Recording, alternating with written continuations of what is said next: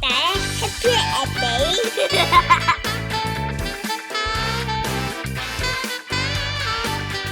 잠 못 이루는 풍성한 밤. 제가 어젯밤에는요 통풍이 심해지고 또 통풍도 있는 데다가 사랑니까지 발치를 해서 막 고통의 상태였습니다. 그래서 잠을 이루지도 못하고 뒤척거렸습니다. 진통제를 먹어도 효과도 없고 또 아무리 노력을 해도 잠도 오지 않아서 그냥 작은 밥상 하나를 펼쳐서 침대 위에 올려놓고는 발을 쭉 뻗고 침대 머리에 이렇게 기대 앉았습니다. 에이, 잠도 안 오는데 공부나 하자 하는 마음이었습니다. 발은 욱신거리지만 뭐 사실 억지로 자려고 뒤척거리는 것보다는 공부하는 게 나을 것 같아서 제가 그런 선택을 한 것입니다. 책을 뒤적거리는데 제임스 심프슨이라는 분의 이야기가 나옵니다. 심프슨은 스코틀랜드의 산부인과 의사였습니다. 그런데 그 이야기를 읽으면서 가슴에 찌릿한 감동을 느꼈습니다. 사실 그 당시에는 마취제가 없었기 때문에 수술할 때 위험이 뒤따랐고 환자들은 고통과 두려움 속에서 수술대 위에 올랐습니다. 환자들이 아파하는 모습을 보면서 어떻게 하면 저들의 고통을 줄여줄 수 있을까? 심프슨은 고민하고 고민했습니다. 그러던 중에 성경을 봤는데 창세기 2장 21절, 22절 말씀이 마음에 와닿았답니다. 여호와 하나님이 아담을 깊이 잠들게 하시니 잠들매 그가 그 갈빗대 하나를 취하고 살로 대신 채우시고 여호와 하나님이 아담에게서 취하신 그 갈빗대로 여자를 만드시고 그를 아담에게로 이끌어 오시니라는 내용입니다. 그야말로 태초에 있었던 수술이었죠. 제임스 심프슨은 이 말씀을 묵상하면서 환자가 잠든 사이에 고통 없이 수술을 끝낼 수는 없을까? 라는 생각을 하면서 연구를 계속했습니다. 그 이후에 심프슨은 수술용 마취제를 개발하기 위해서 노력을 했고 그 결과가 나타났습니다. 1847년 의학계 최초로 전신 마취제를 발견했습니다. 클로로포름이라는 마취제입니다.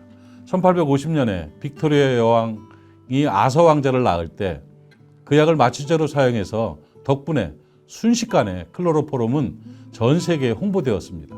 그야말로 세계적인 의약품이 되었죠.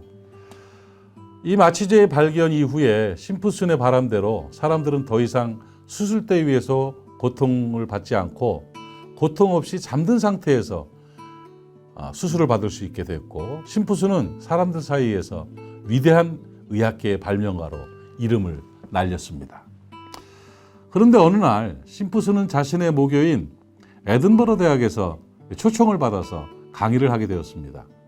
그런데 강의를 마친 후에 학생들이 그에게 여러 가지 질문을 던졌는데 그 중에 한 질문에 모든 학생들의 관심이 모아졌습니다. 심프슨을 부르면서 박사님의 세계의 생애에서 가장 위대한 발견은 뭐라고 생각하십니까? 이렇게 물었습니다.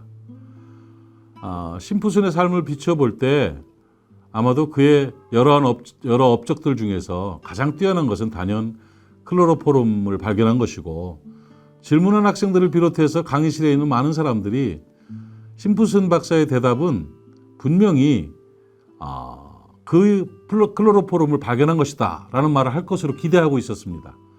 그런데 얼마간의 정적이 흐른 다음에 심프슨이 드디어 입을 열었습니다. 그런데 그의 대답은 사람들의 기대와 전혀 다른 답변이었습니다.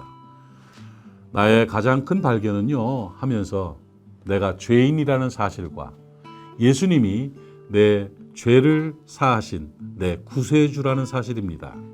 나의 가장 큰 발견은 나의 큰 인생의 가치는 예수님입니다. 의학계의 거장의 의외의 대답에 학생들은 술렁이고 몇몇 학생들은 박수를 보냈습니다. 저도 이 내용을 읽으면서 마음으로 박수를 보냈습니다. 그리고 통풍에 안 좋은 음식과 치료 방법에 몰입하는 만큼 주님과 그의 말씀에 주목해야 하겠다는 초딩스러운 다짐도 해봤습니다. 아프지만 잠이 안 오지만 이 밤이 참 좋네요. 늦은 밤 캠프장의 모닥불 앞에 주님과 함께 앉아있는 느낌입니다. 정말 발은 아프고 정말 잠은 못 자고 괴로운 밤이라고 생각했지만 사실은 행복하고 아주 풍성한 밤이었습니다.